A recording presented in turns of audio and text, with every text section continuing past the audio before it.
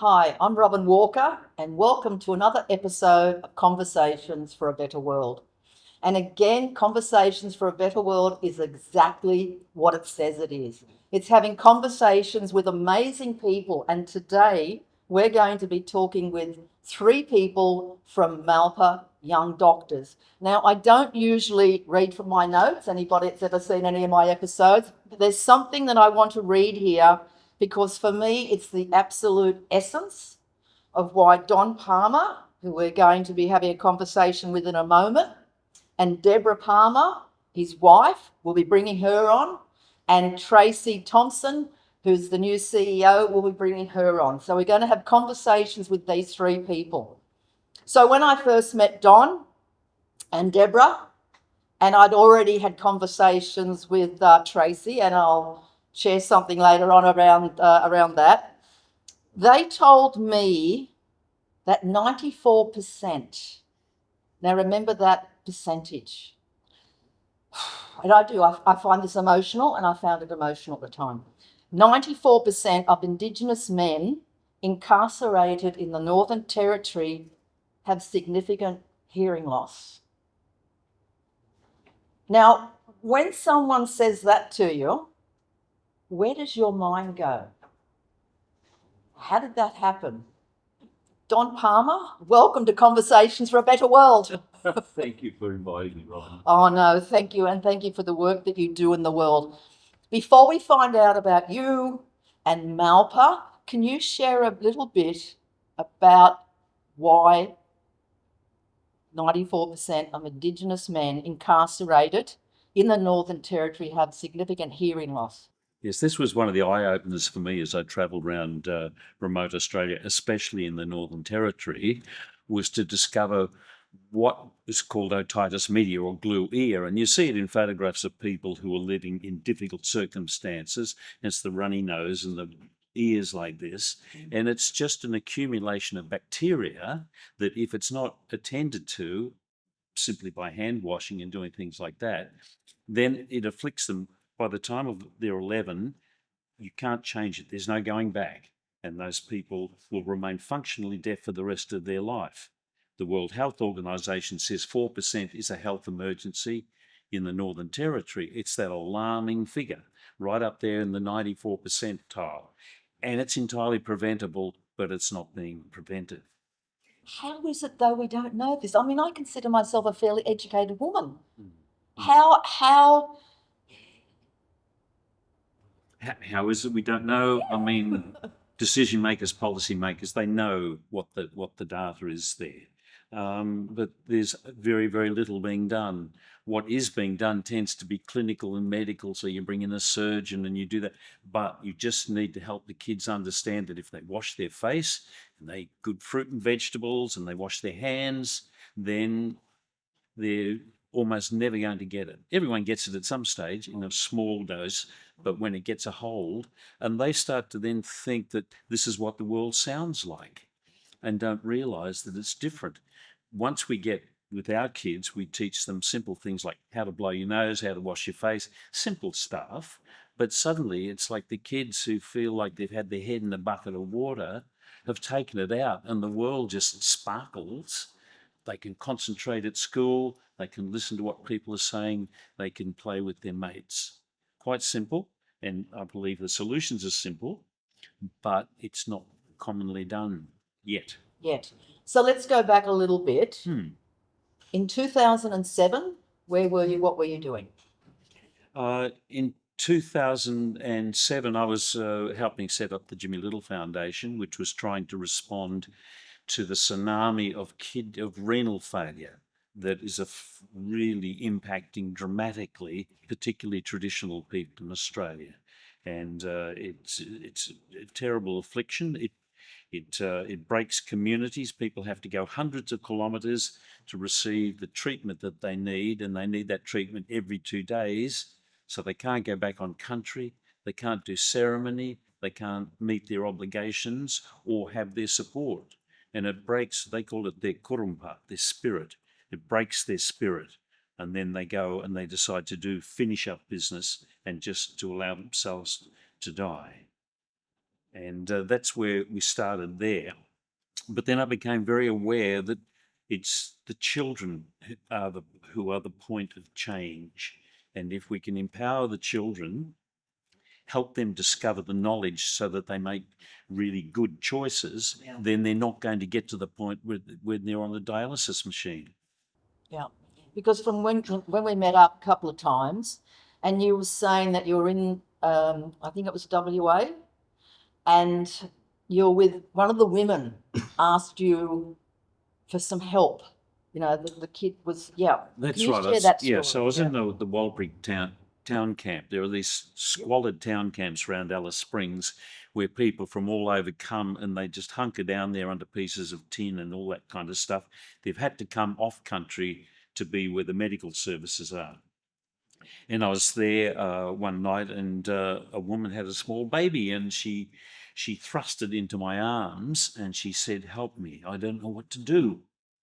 And I thought, I don't know what to do. I can cuddle the child, and I can do those kind of things. Do I report this to the authorities because she feels inadequate? Yeah. The child would be taken away and what have you. So I thought, what do I do? And this was a point where I had to start asking myself hard questions about why are all the people in this town camp sick, from the youngest to the oldest?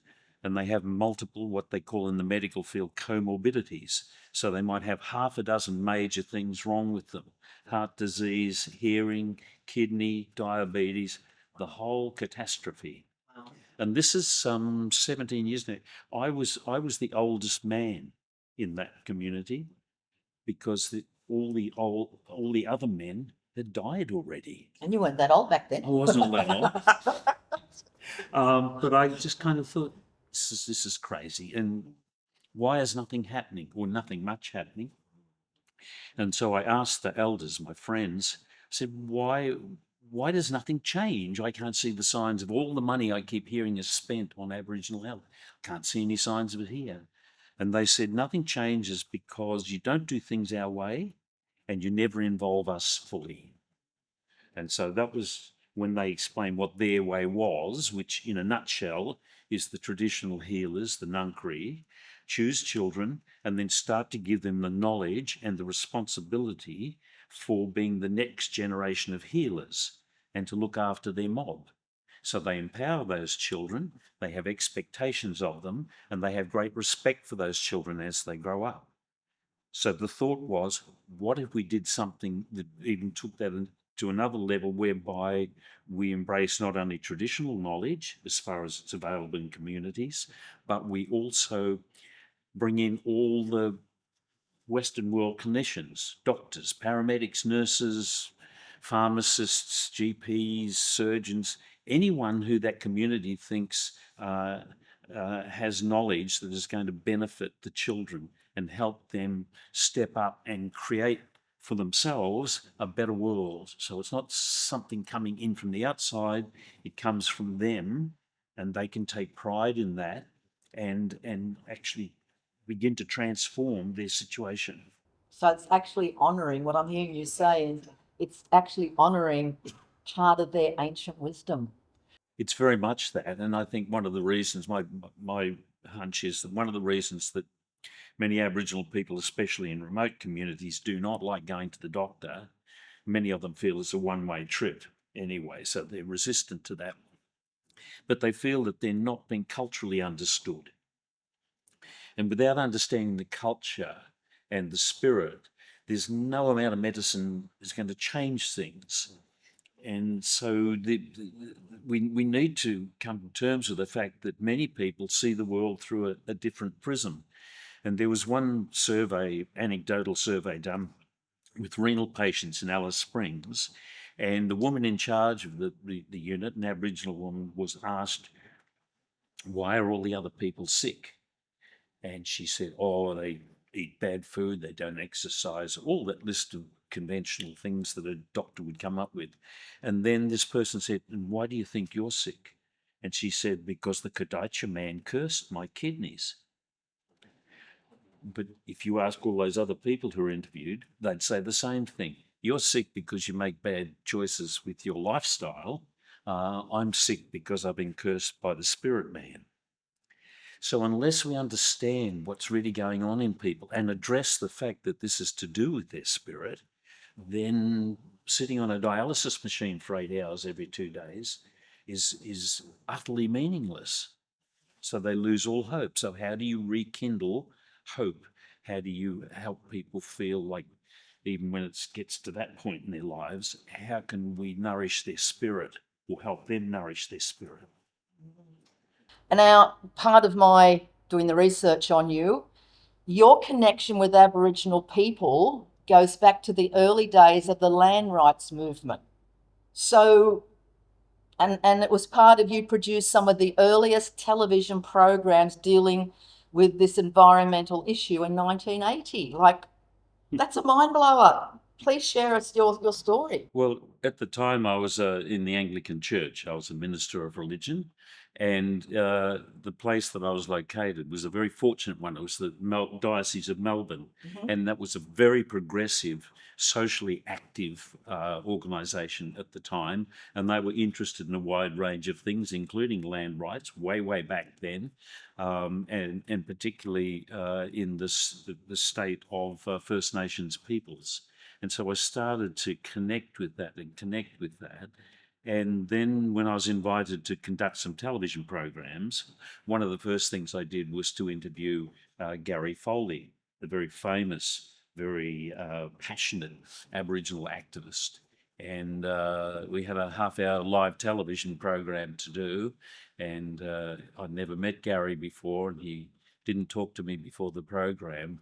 But once the program started, he started my education in a very, very assertive way. So I started to learn some things. But why So why I were you started to invited? learn some things. But why were you initially invited for that? Oh, I'd done some work on the ABC before that. I'd made some programs for ABC Radio, Okay. and then was invited to do the Channel 9 interview programs. So that was a that was a big learning curve for me. In fact, the whole thing's been a big learning curve, and there's more in the curve to come. But yeah, that's what started it. And then I became involved as making documentary television and made a number of productions for the ABC and SBS television. And so once again, I had the great privilege of, me from a big city having being welcomed into communities out in the country and even remote communities.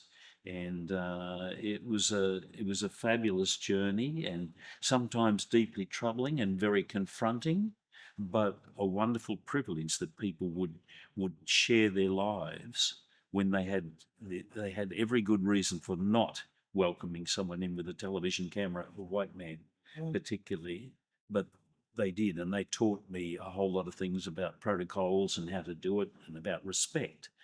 And that was where the door was opening wider and wider, and I became more and more immersed, because when you go into those communities, you either kind of think, I have no place here, or I would be honoured to know more and to be welcomed. So we'll fast forward then to 2010 from that part of your journey, because that's when you started Malpa Young Doctors. So share a little bit of that.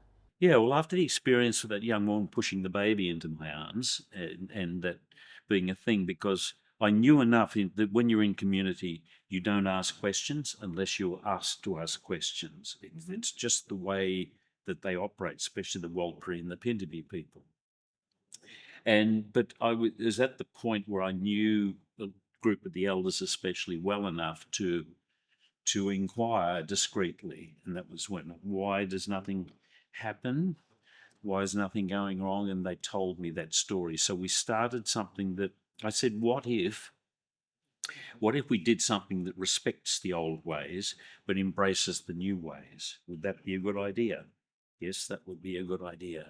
So they told us to call it Malpa, which is like the word mates, really, or friends on a journey.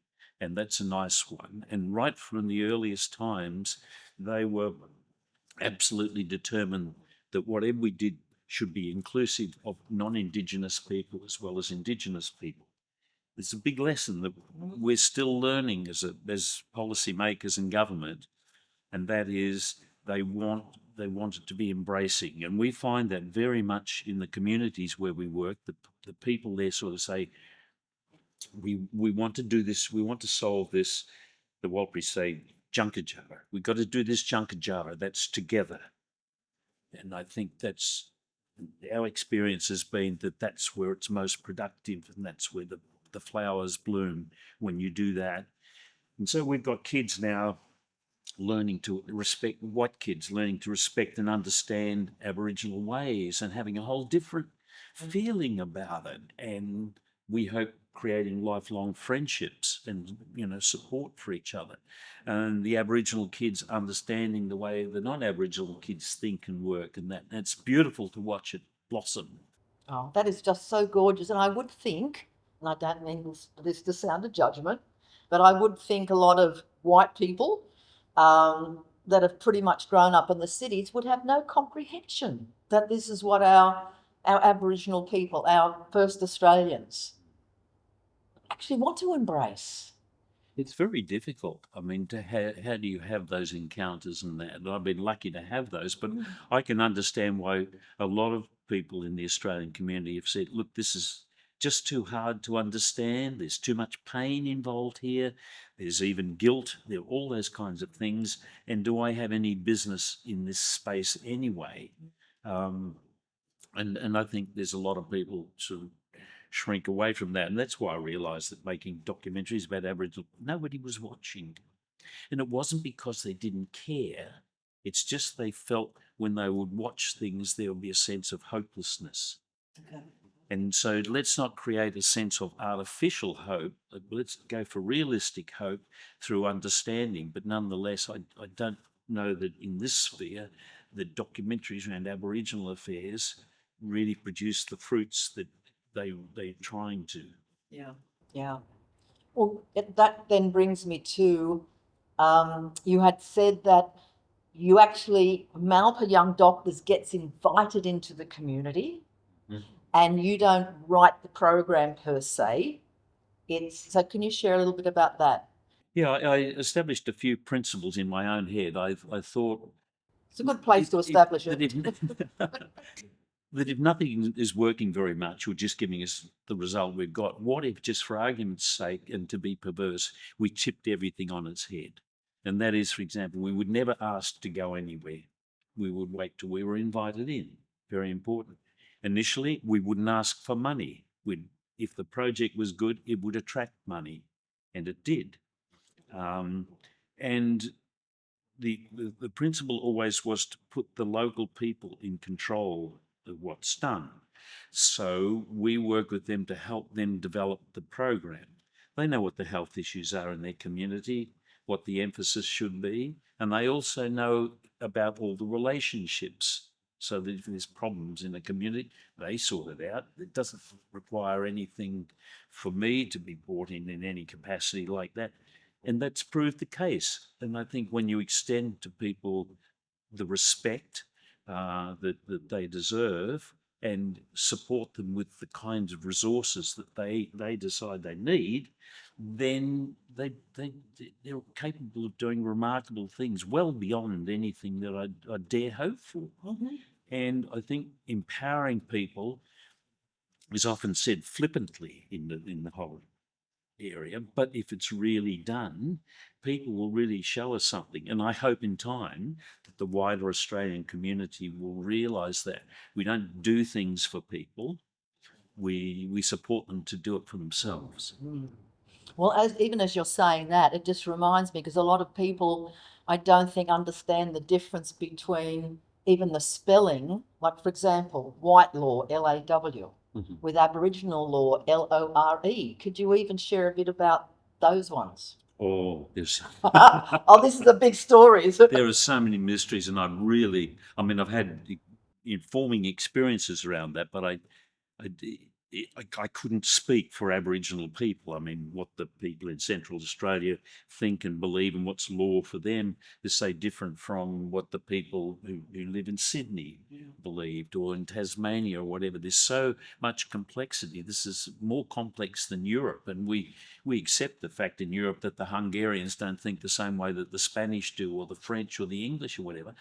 Well, we've got something like 250 nations who think, not dissimilarly, but individually in their own particular way. And so there's just a huge amount to know. They grow up knowing all these things, and these are important. But I'll give you one example would be one. In Central Australia now, part of the important initiation for young men was what they call the possum dreaming, right? And there are no possums anymore. So how do you go about initiating in the traditional way? And then you see the breakdown. If the kids aren't initiated, that's when the really trouble begins. Or if the kids are initiated, trouble begins because at 15, I'm a man and I don't expect my white teacher to treat me like I'm a child anymore. There are multiplicity of ways of doing it. They're not beyond comprehension, but it requires generosity and humility in that space to make it work. And I would like to bring Deborah in, because we start talking more about actually what happens on the education side. Deborah, thank you so much for being part of this conversation for a better world with Malpa Young Doctors. Thanks very much, Robyn. It's an absolute honour to have been asked to take part in this. Oh, the honour is all of us, is it not? What we're going to be learning and already learning. And you prefer Deb? Yes. Yeah. So, Deb. Yes. Yet again, I'm just going to read this out. So you, if we're going to talk about your background, an educational leader with over 30 years experience in Australia, the UK, Saudi Arabia, deep cross-cultural experience and connections with Australia's First Nations, and 2010 to 2016, the Australian Curriculum Assessment and Reporting Authority. Can you please share with us what that was, what you did? So I'd like to know, I mean, it just blows me out, the two of you with your backgrounds and how synergistically it's come together with Malpa Young Doctors.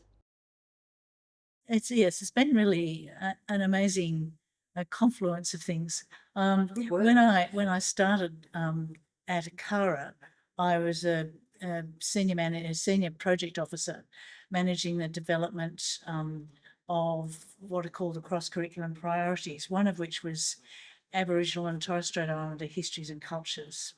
One was sustainability, environmental sustainability, and the third was Asia and Australia's engagement with Asia. When I was a project officer, I managed the development of the priority. We had a group of Aboriginal and Torres Strait Islander advisory group who met regularly to help develop what they wanted to see in the curriculum.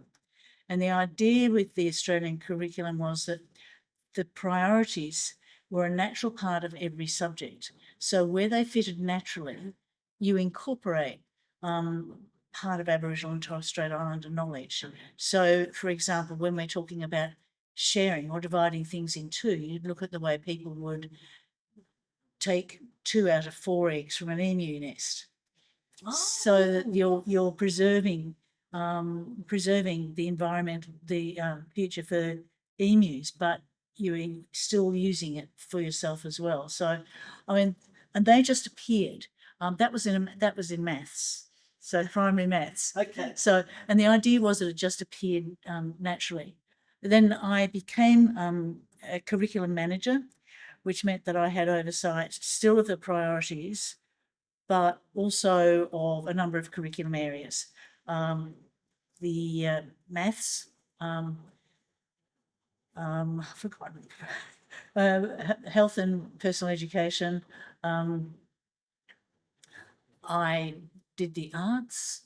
It was really very intriguing. And I also developed from scratch some curriculum which the federal government chose to call national trade cadetships, but it was really about introducing the concept of what it meant to be in a workplace in the Australian environment. So it wasn't career study, but it was looking at the way the nature of the jobs that are out there and what you can do and how you can get there, and providing using the fact that we need to be collaborative and cooperative and critical and creative. So using that kind of knowledge And culturally sensitive. and culturally sensitive, yes, absolutely. So, and things like diversity in the workplace. But that I had all that background, and so I worked there from 2010 to 2016. Yep. And then when I left Akara, I joined Malpa, and I wasn't sure whether this was such a good idea, given that Don was in charge of it. Not because I'd had trouble working with Don, but just because of just Now the because truth's coming out, sir. just so that it didn't look like Yeah. we were monopolising the space or we were using it to our own advantage. But the chair of the Malpa board, I knew well, and yes, because he'd been on a trip to Saudi Arabia with us as well. Well, I was going to jump in for a moment and say that you didn't. Can you tell more about Saudi? Because this was before you jumped on board with Malpa, wasn't it? That's right, it was, yeah. So from 2014 up through till 2018, I would visit Saudi Arabia for usually 2 weeks at a time, and 5 or 6 times a year. So I visited Saudi probably about 15 times. And they actually didn't have any curriculum in Saudi Arabia. They used to use textbooks, and they'd every school would use slightly different textbooks. So there was nothing necessarily common being taught. What subjects? Any subject. Okay. All subjects. I mean, it was chaotic. Okay.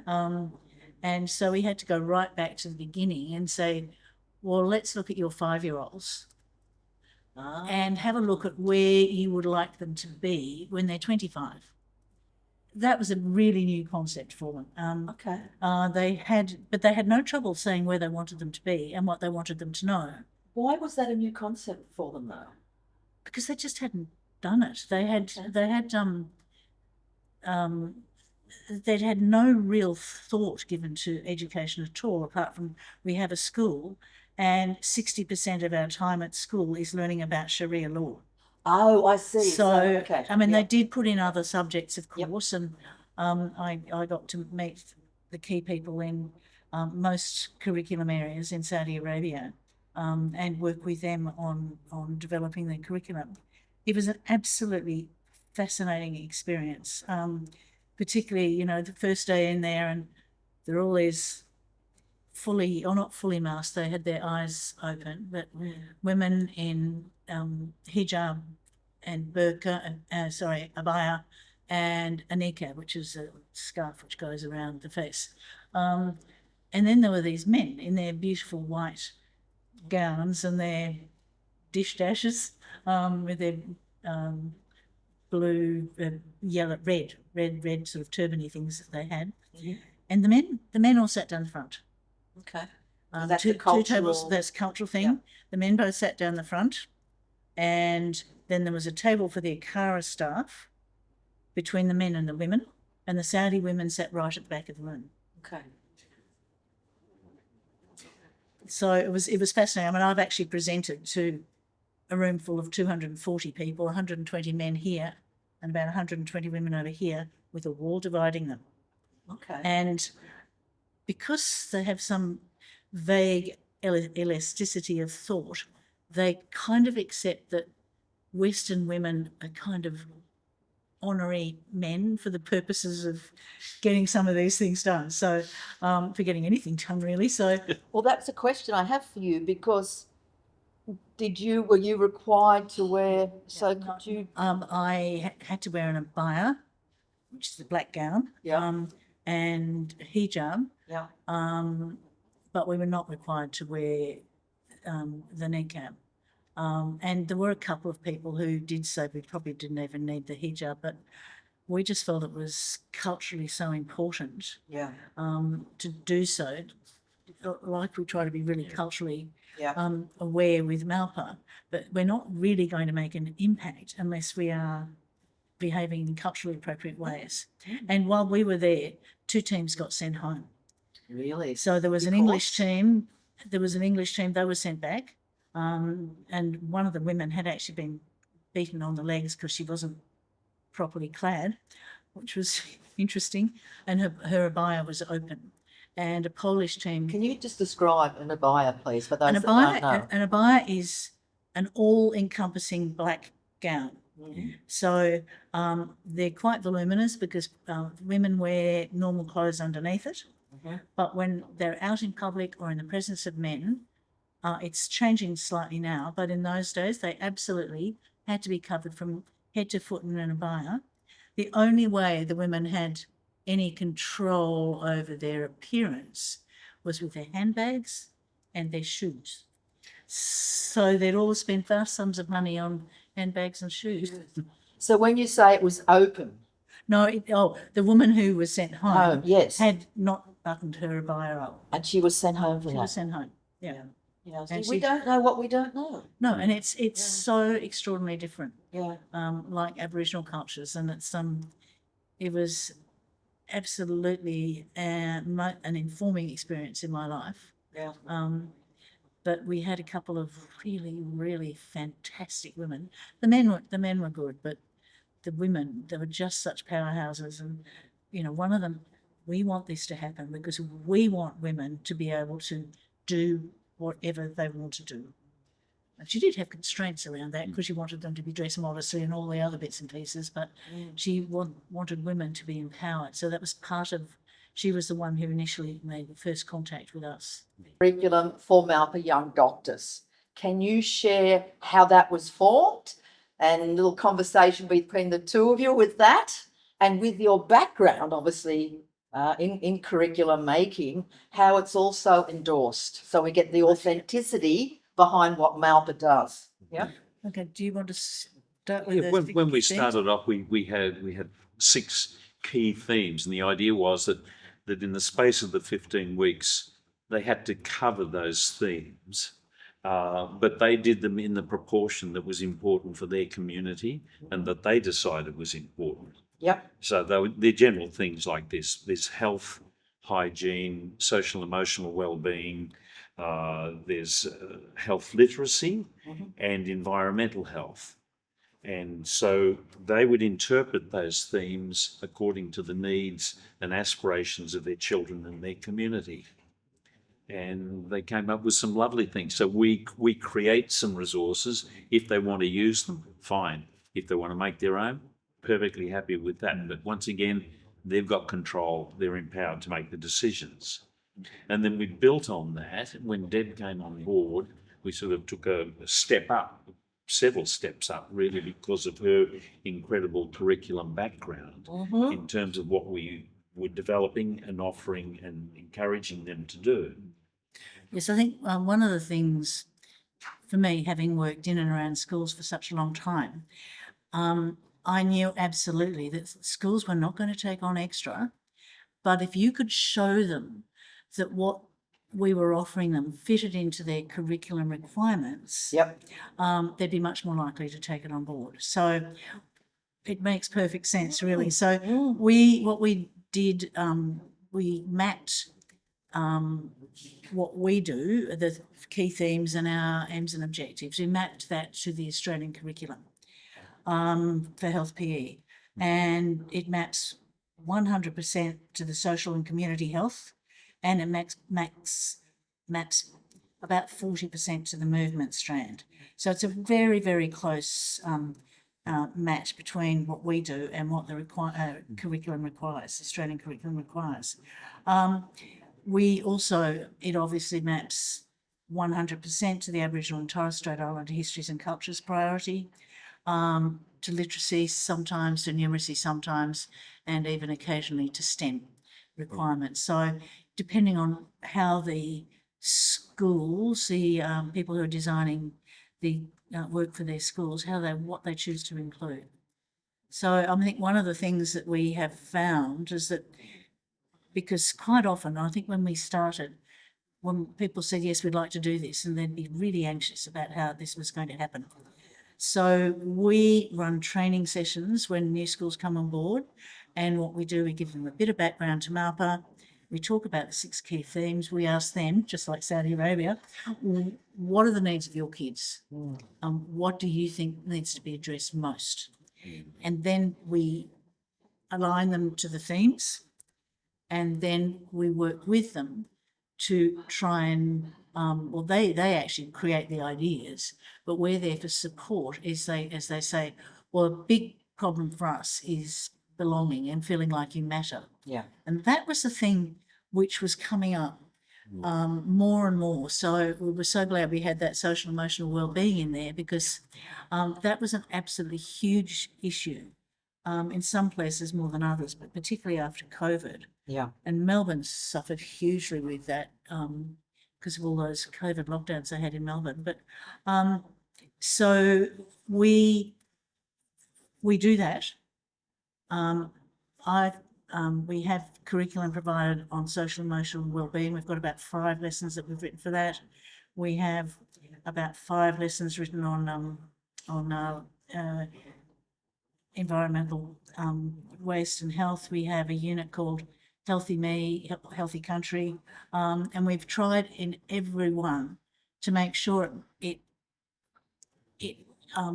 is going to be approachable. Yep. For the teachers and the kids.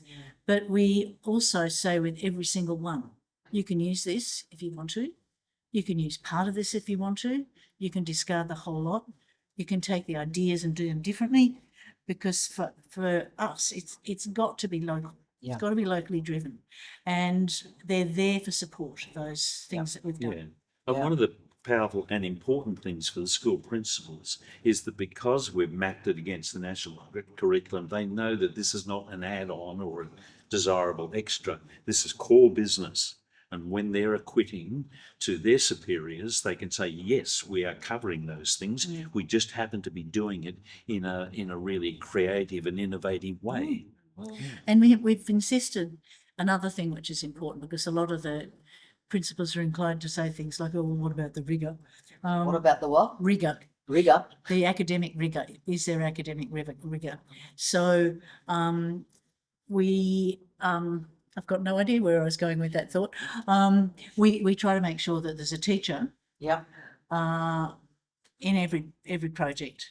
Okay. Along From with the school? From the school. Yep. Yep. Or in some cases, well, let's say from the school mostly. But they also then have what's called Aboriginal Community Education Officer from the school. And that Aboriginal Community Education Officer is the person who has a really close links to community.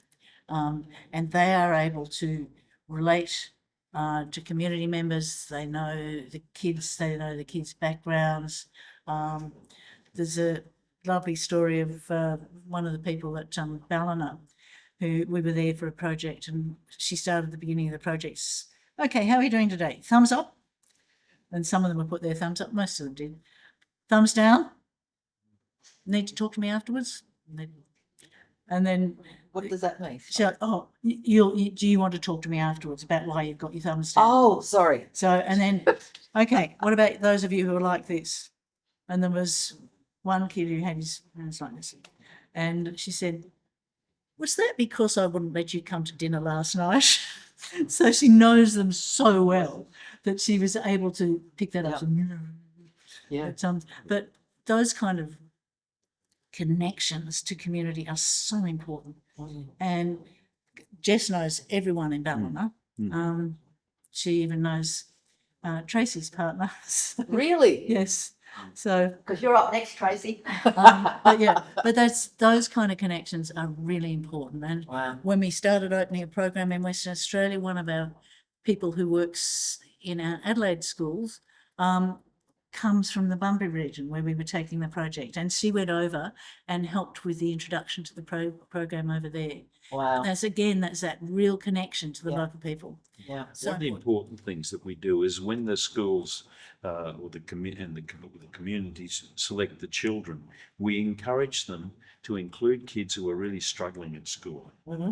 Lots of programs are just like to cherry pick all the clever ones at the top, and all the rest feel failures. But no, we include those. And so many times those kids who are difficult, when you reach them on a certain level, you suddenly realise what incredible potential they have, and they do too. And these are important discoveries. I went to a graduation once in South Australia, and there's one of the mums was standing next to me, and you know, life had been pretty tough on her, and she pointed at our brochure and she said, "What are all these logos on the back for?"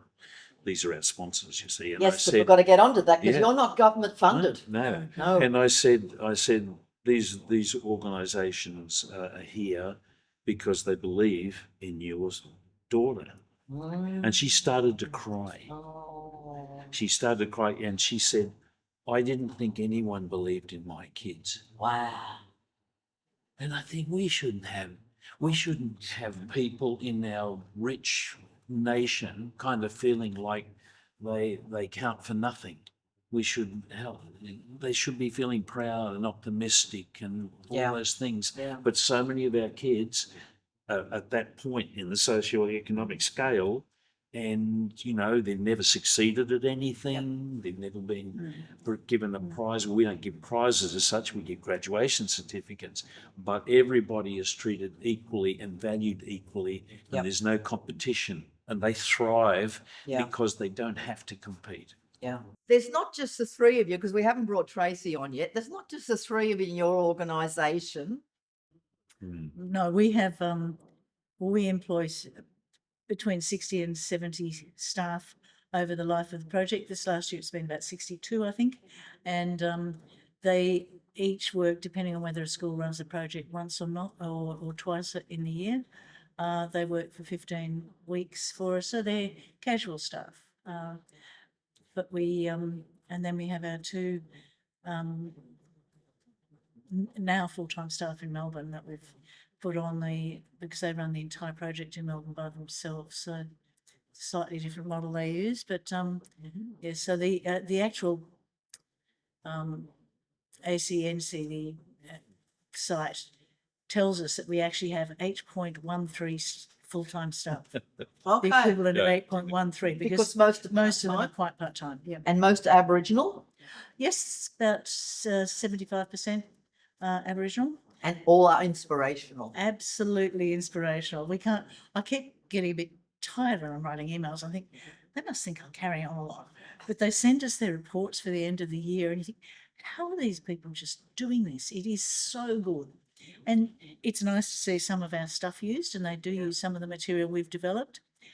But they just do the most amazing things and have very clever ideas, and they're just still so I mean, beautiful. professionally across Australia, I think it's fair to say that teacher morale is low and descending. Yes, I've read We don't that. find that, and I think that what I think is, and you could add to this, what I find is the key to it. One is you give teachers the chance to be teachers.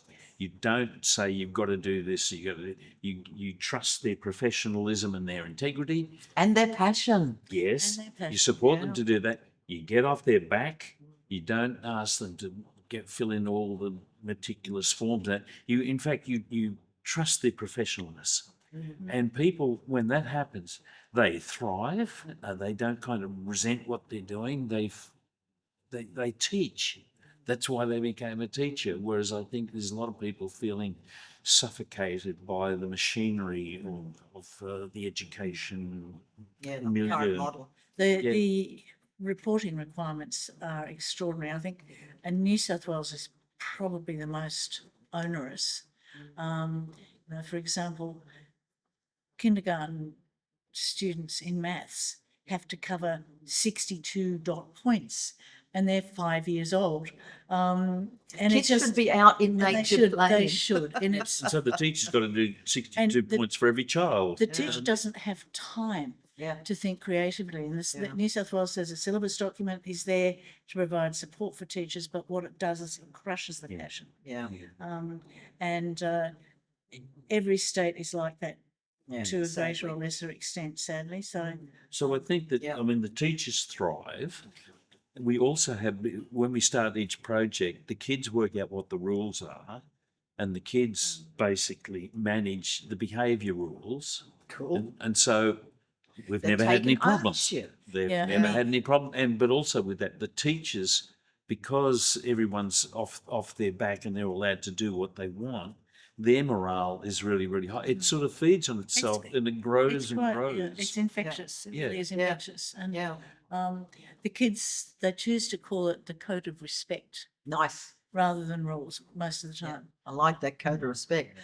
How often, because is it you that goes out on country to these programs? Who goes out there? We usually go together when we go. You both do? Yeah. Yeah. Oh, I did not know. Okay, well, of course I don't know a lot, but yeah.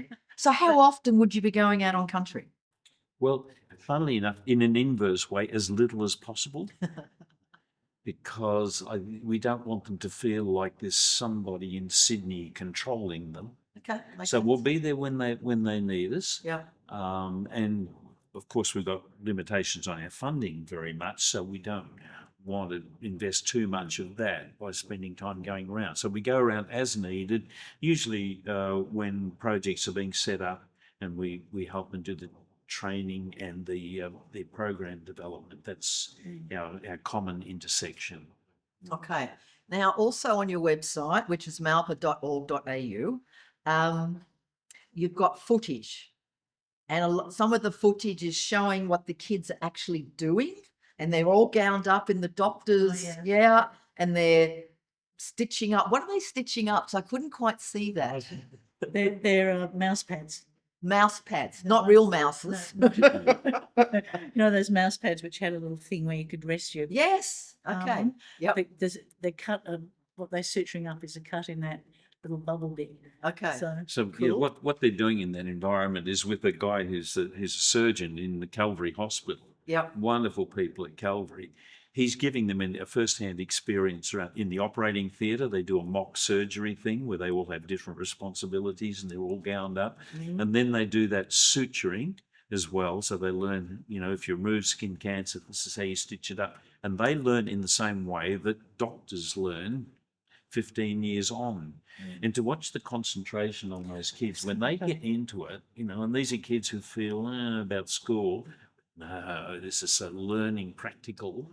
And we had to tear them away from that session. There was one girl particularly who came back from her visit to Calvary and said, well, it's made my mind up. I'm going to be a doctor.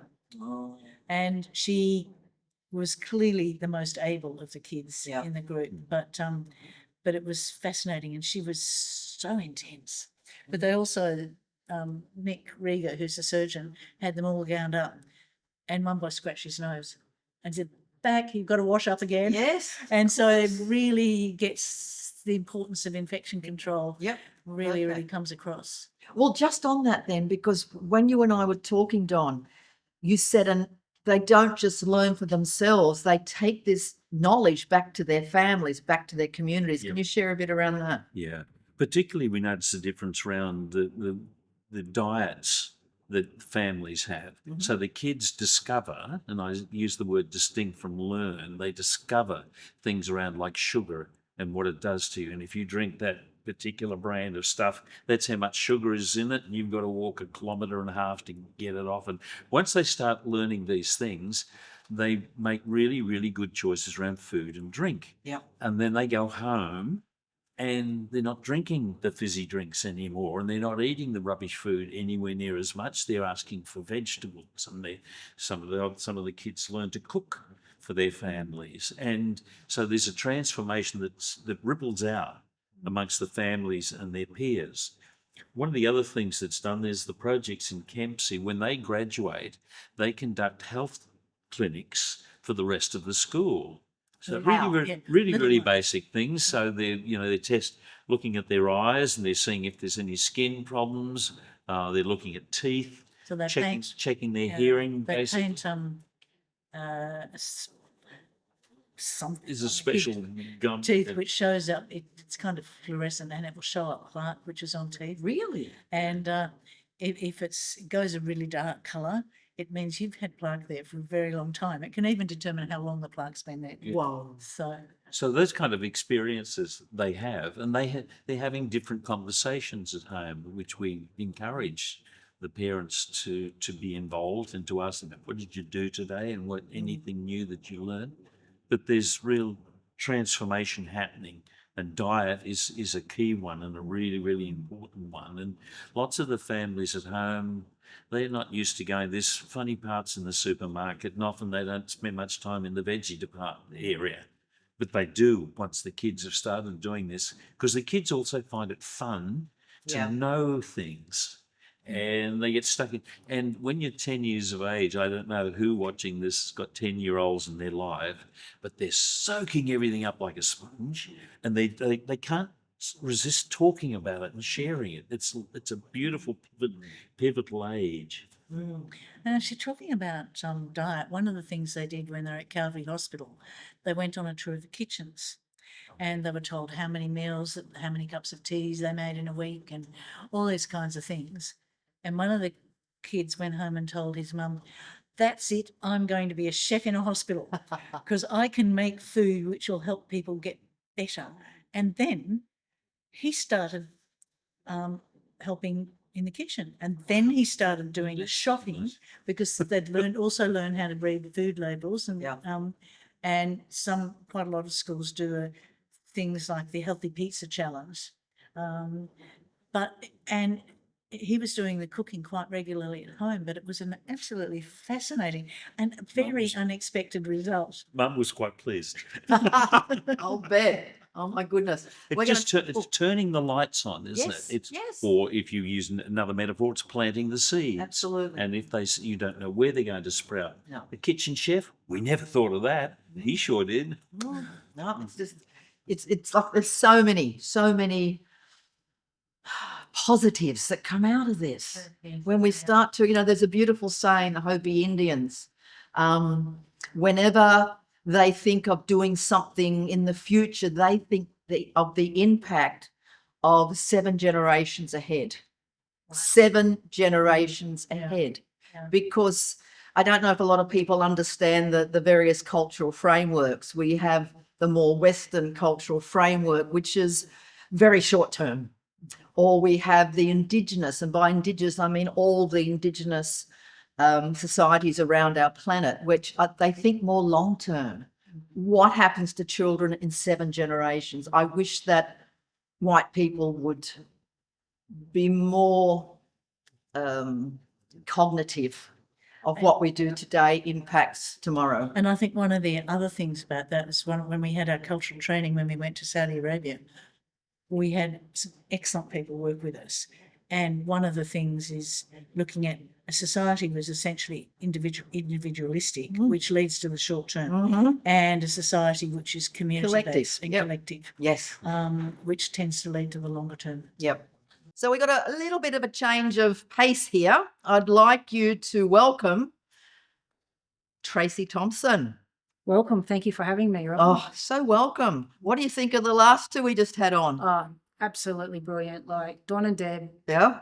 heart of gold. Yeah. That's why I love them so much. So, yeah, the amount of time and effort and work they've put into this program, I'm speechless over it. So how did you meet them? How did you hear about them? Tell me that journey.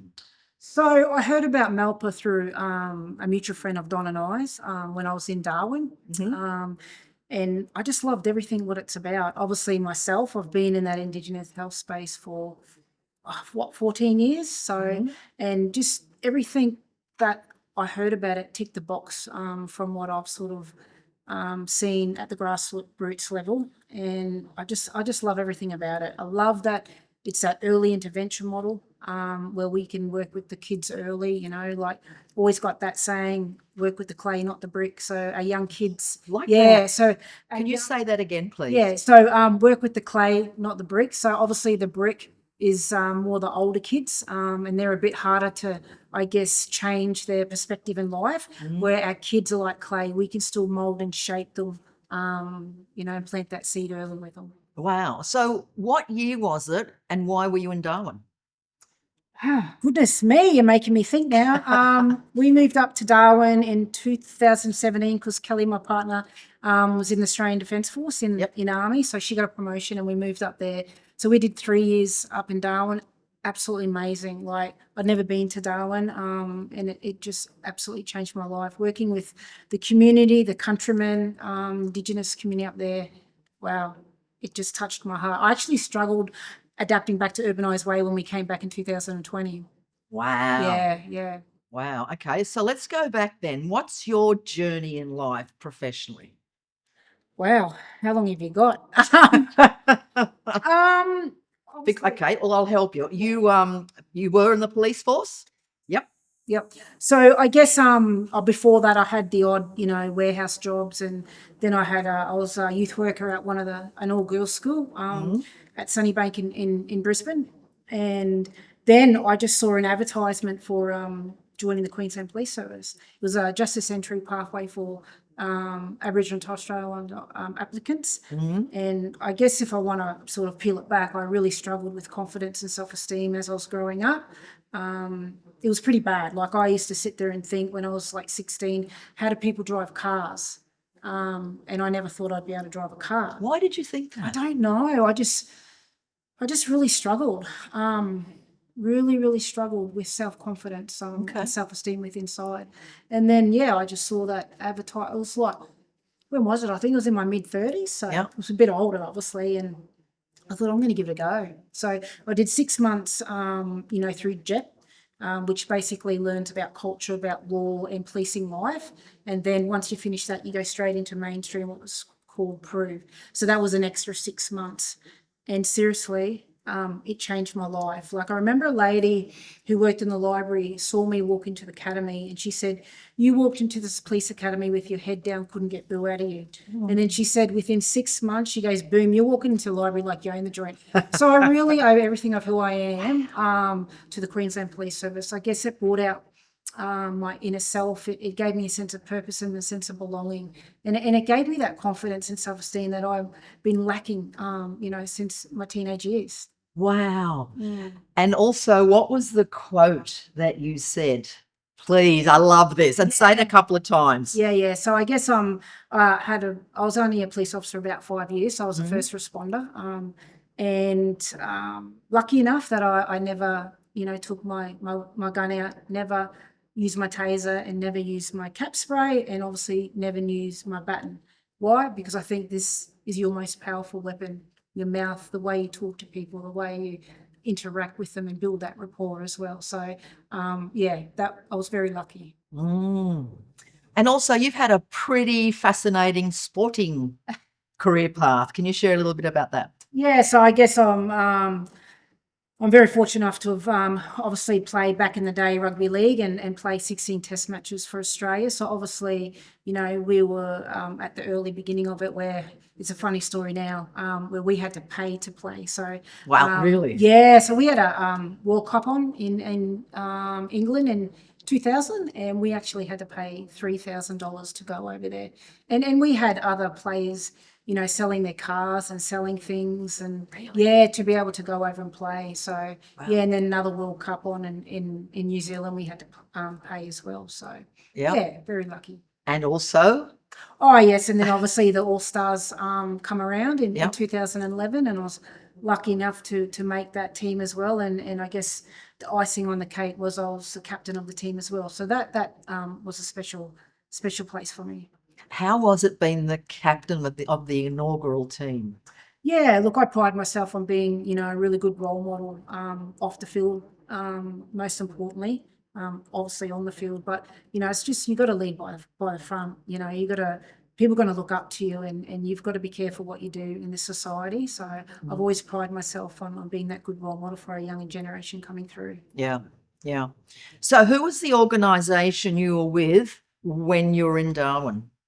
They're called Danila Dulba, but I was also running, so they're an Aboriginal medical service. Yep. But my role was to run the Daily Choices program up there. Yep. And then when you came back? Yep. I went back to down in Brisbane, the Daily Choices program. Yep. And then from there? I left, I think it's 2023, and I got a job with PANDA. So PANDA is perinatal pressure and anxiety. So it's a national helpline supporting pregnant mums and families through pregnancy, but then also post-pregnancy up to when bub's 1. So I'm helping PANDA build their reconciliation action plan, but also relationships with external Indigenous organisations. Absolutely love it. And you do a bit of travel with that? Sometimes, and that's why obviously, they're so flexible, and when I do stuff with Malpa, while I'm in that area, I go and visit with Panda stuff as well, because I'm passionate around bringing everyone together to walk together. You know what I mean? So too many of our organisations are working in solo, and that's why we are not getting the results we want. We're not closing the gap quicker. Yeah, yeah. Well, before we get on to your journey with Malpa, you've also started up your own not-for-profit. Yeah, so obviously my time in Darwin, I as well, but obviously when I was down in Brizzy doing another program as well, I just saw a massive gap between our young girls, but most importantly between non-Indigenous and Indigenous. Where I just want to bring everyone together to help. I'm very passionate in that space. So it's basically just building up, a young women's confidence and self-esteem, where you link them in. Obviously the police did it for me. So, we also take some of the girls onto the army barracks, do team building, resilient activities, take them into the fiery station, do physical components to become a fiery, and even take them in to do a tour of Queensland Police headquarters as well. So just exposing them to the uniform aspects as well, because, obviously it changed me, and I feel like, a lot of our kids join gangs for families, but if you get into any uniform, job, they sort of become your family as well. Yeah. So then Malpa. So you first heard about them when you're in Darwin. Yep. When did you come on board? Because it's all fairly new, isn't it? This Definitely. new chapter in Malpa. Yeah. Look, Malpa just ticks all the boxes for me. So I think it was around mid 2025, mid-year. I got a phone call, obviously from Don, and he wanted to know if I wanted to be on the board. And I was like, oh yeah, for sure, because like I said, I haven't seen a program so successful as Malpa in my time in this space. And then I had an opportunity. The lady at the time was also chair, and then unfortunately she had some family problems. She had to resign, and then Don asked me to come on as chair, and I was like, whoa, this is pretty big, but obviously I love it, and I've got the right people around me to support me through that. And then obviously Deb and Don, they've been doing this for so long, like they need to now just sit back and enjoy their life. They've just put so much time and effort into this space, because they've got this in the heart and they're passionate. And then he asked me to try and maybe see if I wanted to come on as CEO, and I said, oh, only if you're going to stay by my side and help me. So it's a slow transition, but it's something that I'm really looking forward to. And so now, being CEO of Malpa, what's your role? I guess my role is to get out there and promote Malpa more. Yeah. Because to me, it's a program that's been so successful. Like one of the doctors did a study on it and said it's the most successful Indigenous children's health program.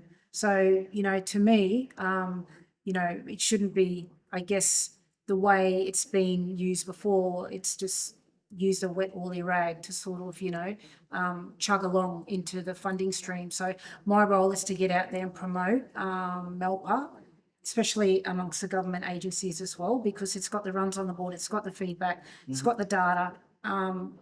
We need to look at why this program is not being funded. By government. Yeah, 100%. And, obviously I'm just new sort of in the role as well, but when I have gone out and spoken to people, teachers and schools, the feedback is just economical what they're saying about it. And like you said, you're targeting these kids early, especially the non-Indigenous and Indigenous kids coming together. Like, how powerful is that? So let me ask you, what was it like for you to grow up being Indigenous? Look, I'll be honest, in my teenage years, I actually struggled. Because to say I was Aboriginal. I guess, unfortunately, my father was an alcoholic, and I sort of was around that environment, and I actually thought a lot of them were all drunks. So and unfortunately my dad's not around today, but he did what he could at the time for us. And I guess I want to break that cycle. So and that's one of the things I pride myself on, is I don't drink alcohol at all, because obviously I was thinking that they're all drunks and all that. So now if people do say and you do hear it sometimes. I guess there's a stigma attached to it. And if you do hear people say that they are, and I'll say, well, hang on, hey, they're not, because I don't. So, I pride myself in being that good role model as well, is that I don't need to have a drink, to have fun. Not that we go out at all, but I just don't want to have that in my life. Yeah. And, without going too much into the family background, your father was brought up in Kinchela Boys Home, just out of Kempsey. Yeah. And if you haven't heard about Kinchela Boys Home, it was quite challenging for the young Aboriginal boys that were there. Part of my life was actually spent in Smithtown near Kempsey. At 9, as a family, we moved up to Smithtown, and my mum has two younger sisters, and we all moved up together. And your mum is my mum's sister. That's right. I know, right? Who would have thought? We are cousins. So in total disclosure, we are first cousins.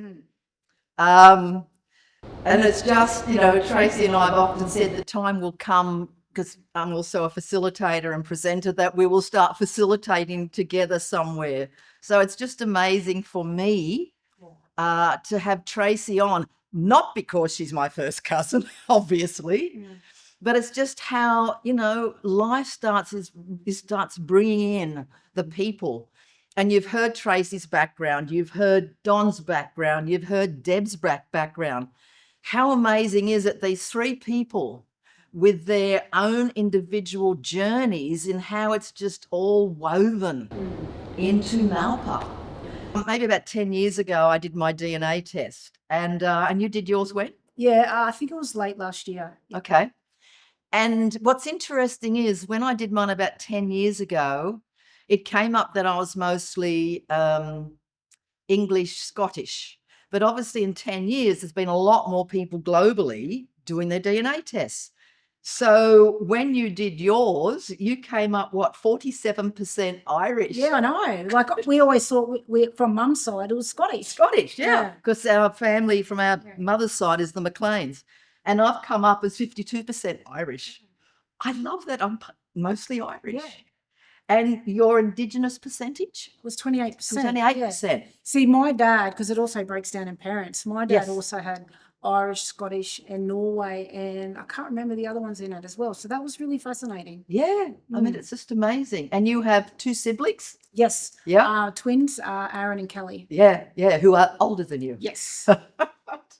So, it's just fascinating as human beings on this amazing planet Earth. And that's why, for me, Conversations for a Better World, because we are of the one world. And the more I think as families, as extended families, we understand it's not the colour of the skin, it's not the culture. It's we all bleed if we're cut. If we're cut. I wanted, for the last segment, we're going to bring Don and Deb back. So is there anything you'd like to say before we bring them back in about what you would like, your vision of Malpa? I guess you don't have enough time for the vision, I guess. But well, look, obviously Don and Deb, like I said, they put their hard yards into it. Yep. And they're trusting me to take over their baby. And I will always be respectful of, how they run this program. And I'll always be checking in. That's why I said, Donna, do not turn your phone off. So, I'm always going to be respectful to keep Malpa on the journey where they created it. Yeah. So, the goal is to get it out there, get it nationally, and get it into schools where it should be. Yeah. We're in the last part of our Conversation for a Better World with Malpa Young Doctors and Tracey, Don and Deb. And what did you say? The 3 Stooges. I know, right? So you got to laugh. Like we always laugh. Laughing's the best medicine. So Absolutely. Well, I actually said the thorn between 2 hang on. The rose between 2 thorns. I said the thorn. Yeah. So tell me, why her? Why now?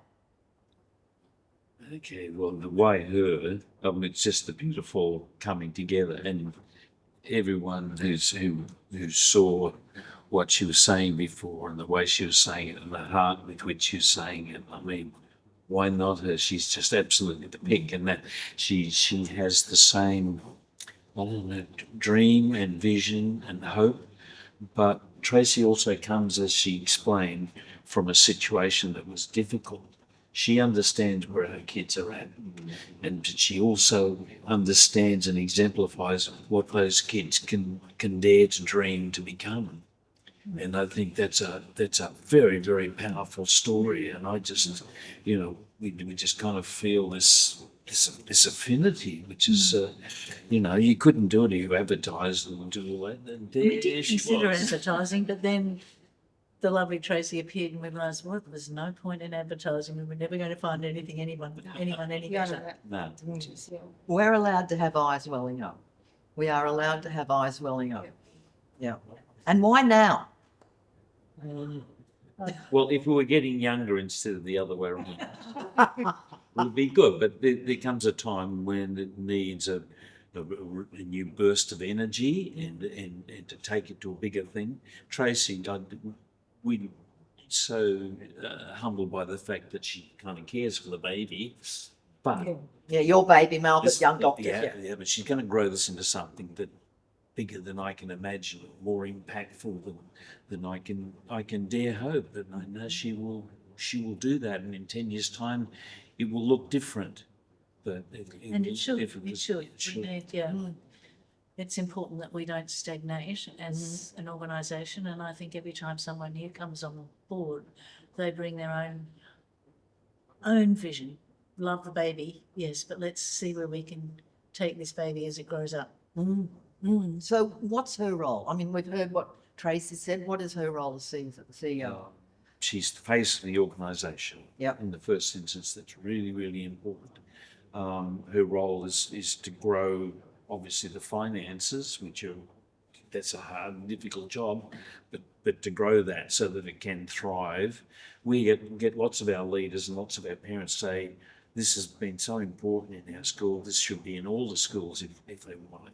We would love it to flourish like that. No pressure. Yeah, I know, right? I love a challenge. But also, Tracey has this wonderful facility of encouraging and nurturing people and making them feel like they can achieve good things. And she's like a terrific coach, captain coach. Of course. To be young again. Captain Coach, yes. Yep. And for you? Well, I think absolutely we're in a position where we both need to retire. We're just tired and worn out. And Been a big journey. Yeah, it's been a big journey, and absolutely thoroughly enjoyed it and feel passionate about it. And part of the reason why Tracey is because she shares that passion.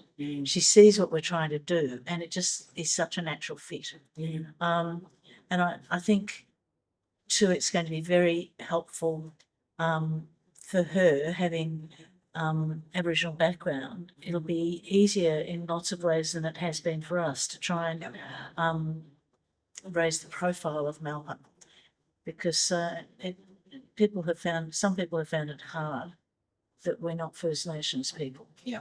So, and where I think it will go, well, we had a little bit of a talk earlier on, and we were talking, Tracey was talking with some great ideas about how we could potentially do the schools slightly differently, or and there was another thing specifically said about there's social media, the improving our social media presence.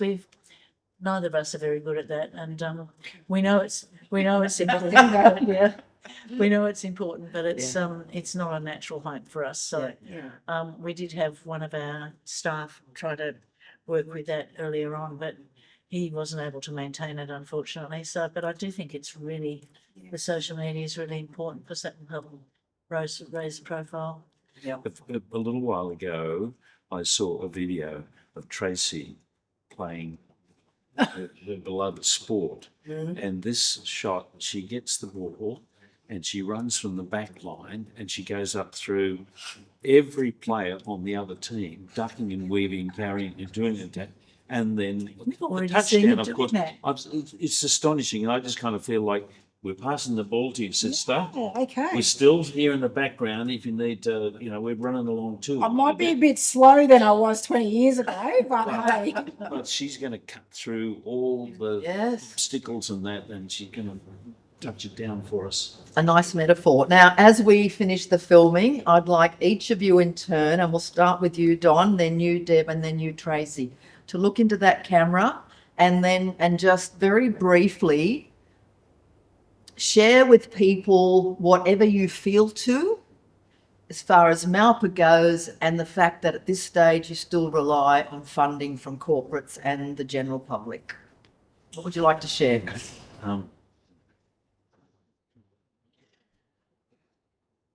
Rolling.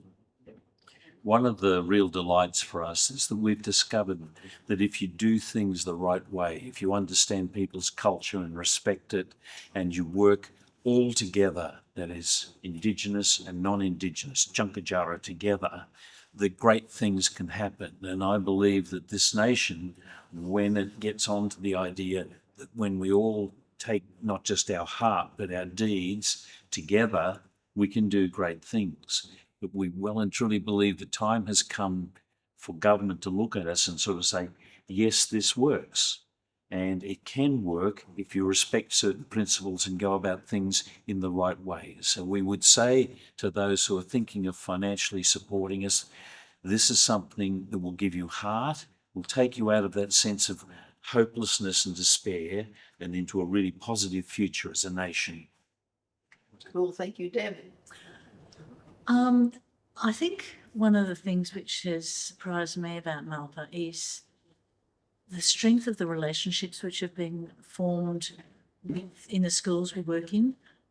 It's really been quite eye-opening how we've created really quite close bonds, and I probably have done it in some ways more than Don because I'm the schools person.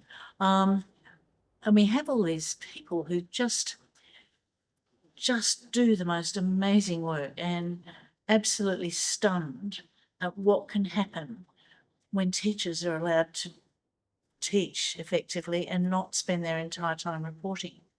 Having said that, the reporting is an important element. We do have to do that, but the reporting that we do is not onerous. But we also find that that the feedback we get is so positive.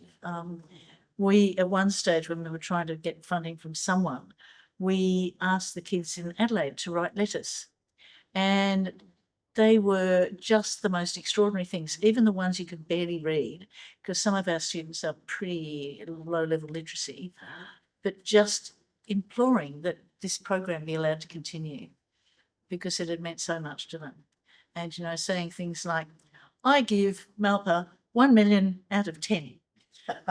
So that's really is testament to the quality of what they have experienced, and that's been absolutely inspirational for me, seeing what people can do when they have the resources and the time to do them properly and to do them together. Thank you, Deb.